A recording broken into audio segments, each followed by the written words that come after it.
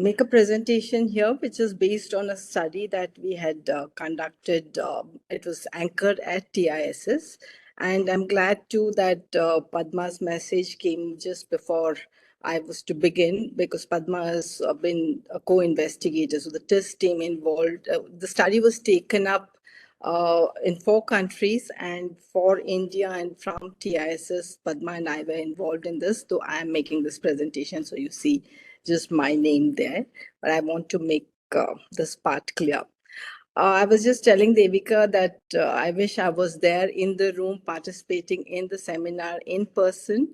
And it's a little bit disorienting that I can't see who I'm speaking to in the audience, but I hope you'll put up with me and make sense of this presentation and engage to the extent possible we can in this particular mode, which has become a kind of regular feature of most seminars. But from my end, apologies for not being there in person. Can we just move to the, yeah, this is good. I now miss Devika, but yes, I can see the others in the room. Can you go to the next slide, where I just explain a bit more about the study. This is a background to the study. So the International Center for Integrated Mountain Development, this is an intergovernmental center. 8 countries are members of this particular center.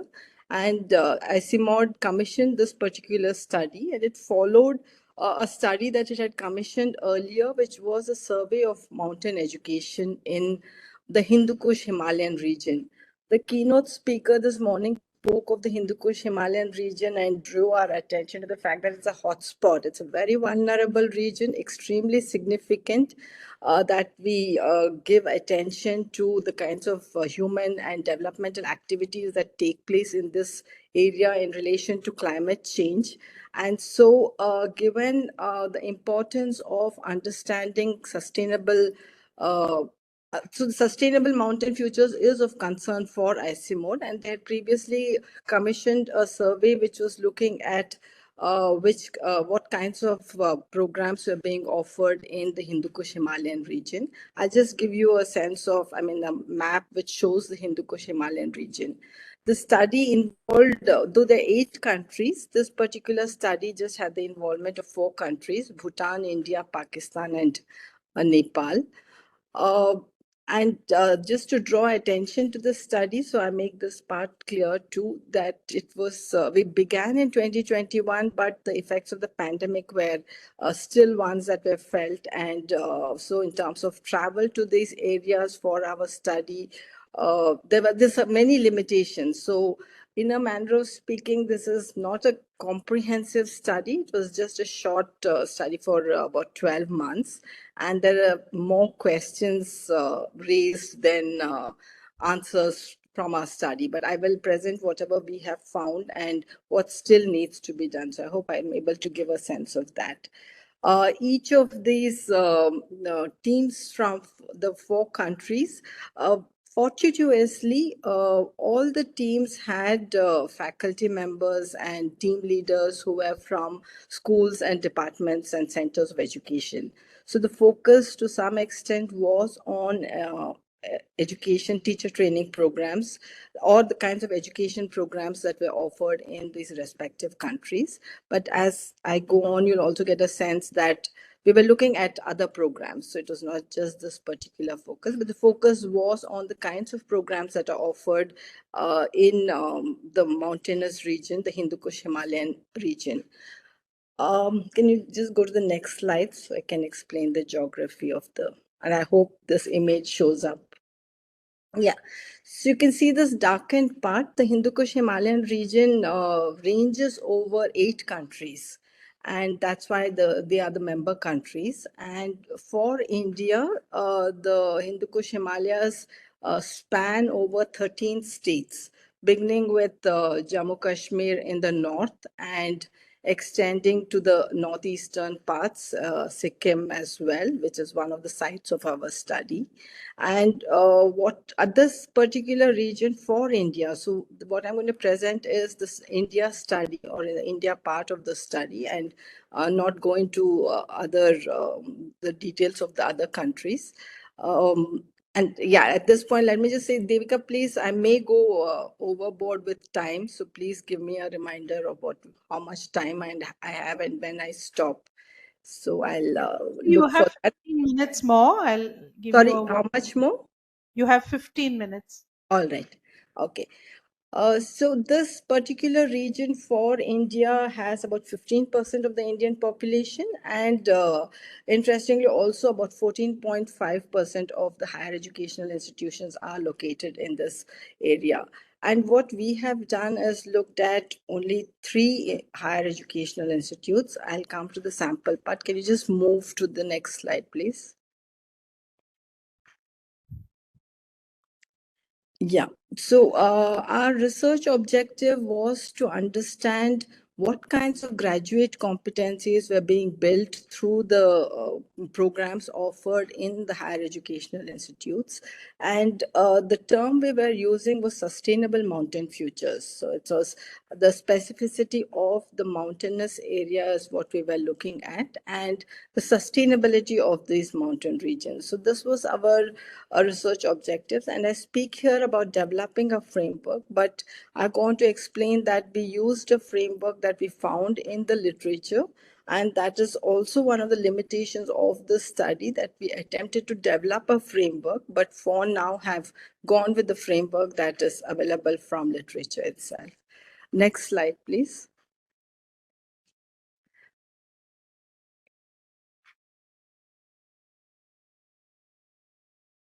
Yeah, for our study, the definition of sustainable development that we took, and I do want to draw your attention to this, because the theme of this particular seminar is climate change and environmental sustainability. But there was a point brought up in the morning session, the last session in particular, where attention was drawn to the social consciousness. So if I were to draw your attention to the left part, or the sustainable, the definition given below the image, the idea is, and this is taken from, there's a network of universities, higher educational institutions that are looking at, so it's a sustainable development studies network. And the definition they have given of sustainable development is, it's economic development that is socially inclusive and environmentally sustainable. So it is understood as a holistic concept involving economic, social justice, and environmental management.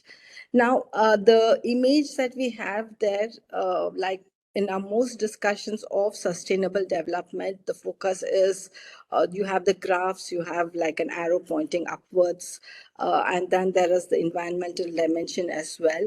But what seems to be missing in most discussions is this focus on social justice. Whereas the manner in which we have approached sustainable development and looking at the different programs and the kind of competencies that are built up is also about whether there is an understanding of social justice issues and of equity issues. So this part of sustainable development, I mean, in operationalizing this particular concept, this is what we have gone with. And I'll come back to talking a bit more about graduate competencies. But before that, yeah, the next slide, just to draw your attention, or like to give you a sense of the kinds of research questions that we posed. And this is, there were two parts to our objective. One was to provide a status report, and the other was to look at graduate competencies. But I'm focusing here especially on what kinds of competencies are important for understanding, for like furthering the cause of sustainable development. And in this particular case, sustainable mountain futures. So the research questions are there on the screen, but let me just quickly go over it. So the question that we were probing were the range of knowledge and skills that graduate students are equipped with in relation to the mountain region. So the focus was specifically on the mountain region and not general sustainability issues. Do HEIs produce graduates for the mountain region through their programs? If yes, what competencies do they regard as important?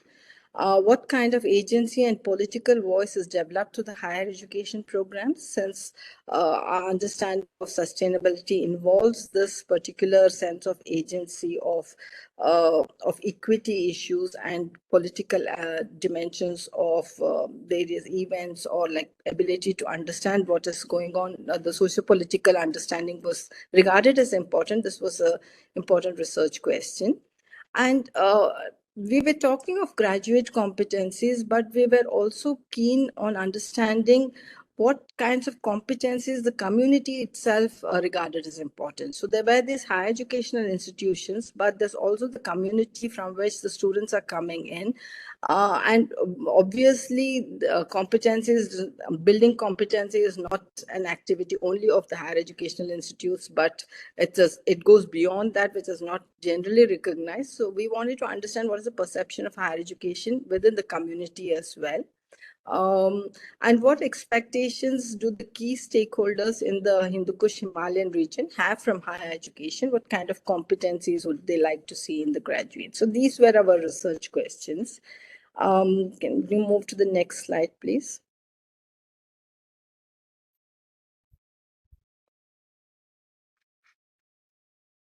Our research design involved multiple case studies. And as I mentioned earlier, we were looking, so for each country, this is true of each country, that we chose three different regions. And so from each region, we took one higher educational institution, and in most cases it was a university. And 3 to 4 programs from each of these institutions were studied. And there was the stakeholder respondents involved, faculty, students, alumni, and community members. We did not have classroom observations, which would have been an important part as well of our study. But as I mentioned, even getting interviews with the students, not all the universities where students had come back to the university. It's still like post-pandemic, or like it was, I think pandemic was still had not been, we were still within the pandemic phase. So there was this difficulty as well. But on the whole, we managed to talk to at least 5 to 6, 3 to 4 faculty members for each program, and about like 20 students, at least 20 students from each program. So this is the general sample size, but it's a rough estimate, and a few community members as well. The alumni survey, we did not get as many responses, which would have been an extremely useful part for us to like understand the kinds of competence, the value after having what is these competencies at their workplace, or whatever location they were in. So this was a question for us, which was maybe not fully answered because we did not get as many responses. The research tools are listed out there. Can you just go forward? I'd point to which particular institutions we chose. So we looked for the India study. We wanted to focus on at least one central university. So one central university, one state university, and one private university. So what we chose was the Mizoram University as a central university. GB Pant University of Agriculture and Technology, which is a state university, and the Sikkim Manipal University, it's a private university. So you see the year of establishment. So there were various considerations. Do we take, and one of the things that we decided to go with was institutions that have been around for a long enough time. So we tried to balance that with the kind of student enrollment that they get. So this is the questions that we're asking are large, but our sample size is quite small. And so in a sense, this is a preliminary approach to we got a sense of what is needed, what do we need to look at in terms of what are higher educational institutions, how are they contributing to building awareness and understanding of sustainable mountain future issues for that particular region. Yeah, can you just go forward? So the next few slides, if you just go over them one by one, these are just like picturesque places. You get a sense of the universities that were visited and where we sought to engage with the faculty members and the students.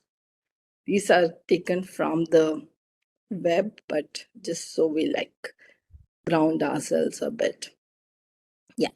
The academic programs that we chose, and you'd see there's a variety of programs that we looked at, and this was deliberate uh, because the assumption and the assertion is that sustainable mountain futures is the competencies for this need to be built across programs and not just in some programs, that each or every program should be able to build competencies that can uh, contribute to a certain competency or a cluster of competency or as many competencies as possible.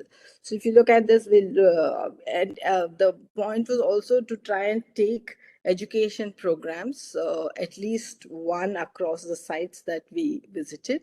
And so the Mizoram B.Ed and M.Ed programs were chosen for that particular study. And you have, again, a variety. There's Mizo language, forestry.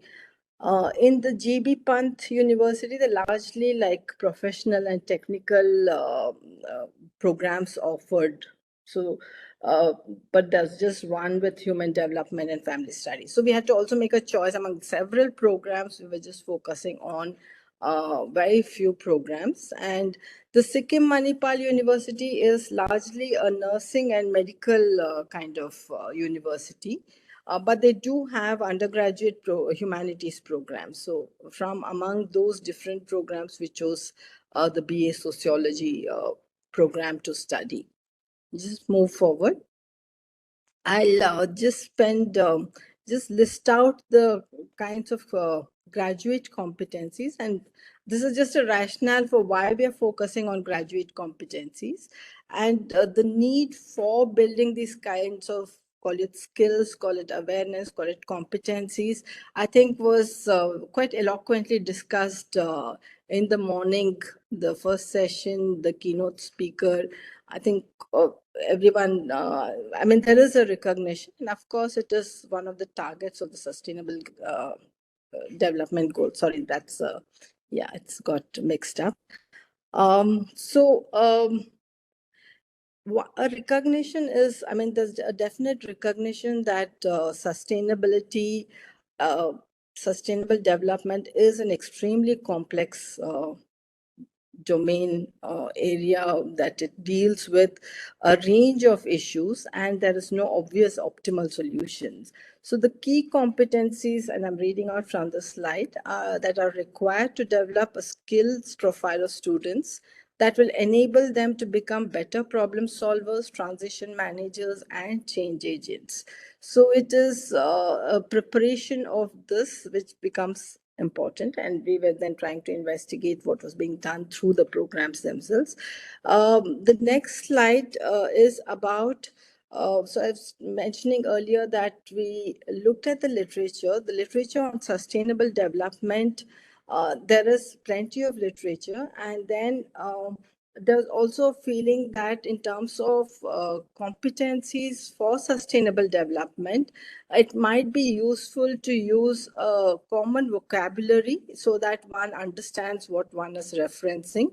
And there is this rather influential work by a team of educationists and development thinkers and practitioners who conducted a Delphi study. So there were a list of competencies, and which was circulated among 14 experts who had been consistently working in this area, and all these experts are from the global north.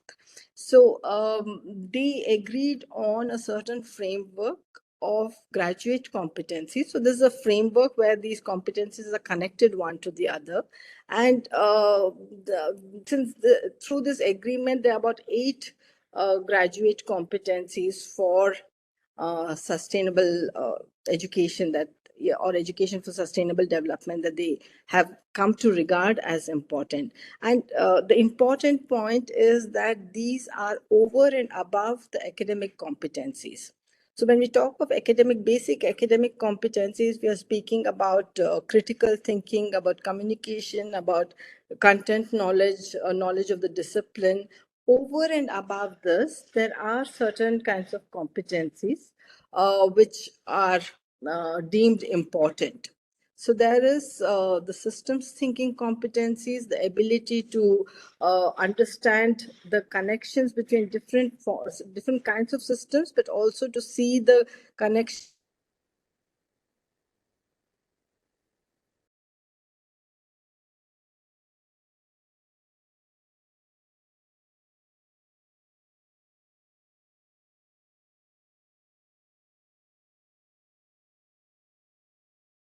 hierarchy of these competencies. So they have proposed a hierarchy of these competencies. It's not a hierarchy that we are going with, but I'm just putting to you that there is this thinking around these kinds of competencies, which we would want to engage with a whole lot more, but haven't wrapped our heads around it in more systematic manner. But on the face of it, these do seem like important competencies. Futures thinking competencies, the ability to have a vision and to work towards it, but also to be able to anticipate any kind of crisis and to be able to address it. And all these competencies are also linked one to the other. It's not that they are exclusive. So the idea is that to build as many competencies as possible. And as we will see in the findings part, a program, especially because of the kind of silos that we have, and Devika was referring to this in terms of humanities, sciences, social sciences, build is focused on certain kinds of competencies. So through the Higher Education Institute, are we building a pool of graduates who are able, who have all these kinds of competencies? Take up one more minute. You're almost, over, but you can take a couple more minutes. Okay, then can you just quickly go to the next slides? So I'll just go to the findings. Yeah, the findings slides. So this one would have anticipated in any case, but it was also confirmed through our study that the subject matter orientation of programs and the type of programs determined what kinds of competencies were developed. And and this too is not a surprise, but but it did come as a bit of a surprise, as in like the application of modern science and scientific methods to all the issues of development. So we found that in GB Pant University, for instance, where we investigated forestry and for water conservation. So those kinds of programs applied entirely scientific methods. There was I'm like not going into the details of it. They did work with the community, but what we found is this emphasis on science as the way of dealing with developmental issues, which the community too had come to accept, and there was no effort whatsoever to look into what the indigenous knowledge systems had to offer. And in another consultation that we had with various practitioners, we found that there is, in fact, a lot which could have been mined by higher educational institutions, but that was not the case. You move to the next one. Maybe I'll come back if and when there are questions. Yeah. Again, the type of programs. So we see that citizenship, human rights, gender equality were more or less, these kinds of discussions were may be found in the BA sociology program, but not necessarily, even the education programs did not have enough discussion of these kinds of, or like what we got from the faculty and the students did not indicate that there these kinds of competencies in relation to the normative thinking, the values thinking were necessarily built or consciously like worked towards. And the most cited competencies include collaborations and effective communication.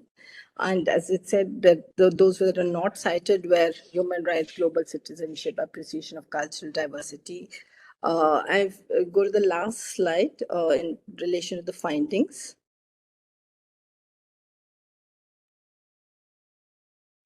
Yeah. So certain kinds of programs mention, so these were not necessarily the terms used by the people we engaged with. They were not talking of systems thinking, competency, and strategic thinking, but you could see that through the certain kinds of programs or approaches to the programs that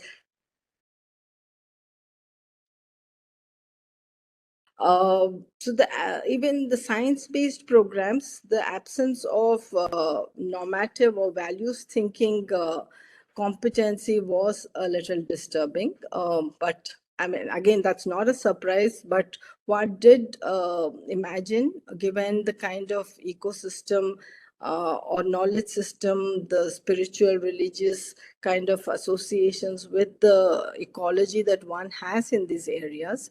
And this came across much more strongly from Bhutan than from the Indian Hindu Kush Himalayan region. This did not come into the higher educational programs that we looked at. So just the last slide on reflections, which I have kind of indicated already. The main reason for not, the biggest absence was a focus on local issues. And it could also be the kinds of organizations and institutes we visited, because the J.B. Pant University, though it's a state university, was founded in 1960 with a national mandate of being the expert advisor on agriculture. And this is also the university that was involved, was kind of provided that expertise for the green revolution in the country. And all these institutes, the biggest problem is employment of the graduates. So they're preparing graduates who can go anywhere in the country and find employment. So the focus even within the curriculum on local issues, on mountainous issues is very low. So this was one of the major things that we realized as we looked into the programs and spoke to them. Yeah, there is engagement with the community members, but more in terms of the higher educational institution being the expert, which will provide knowledges to community members whenever there were extension activities and demonstration of different kinds of sustainable approaches. So let me just stop here and come back. So this is like a glimpse of that study and what we got from it. Yeah. Thanks, Devika. And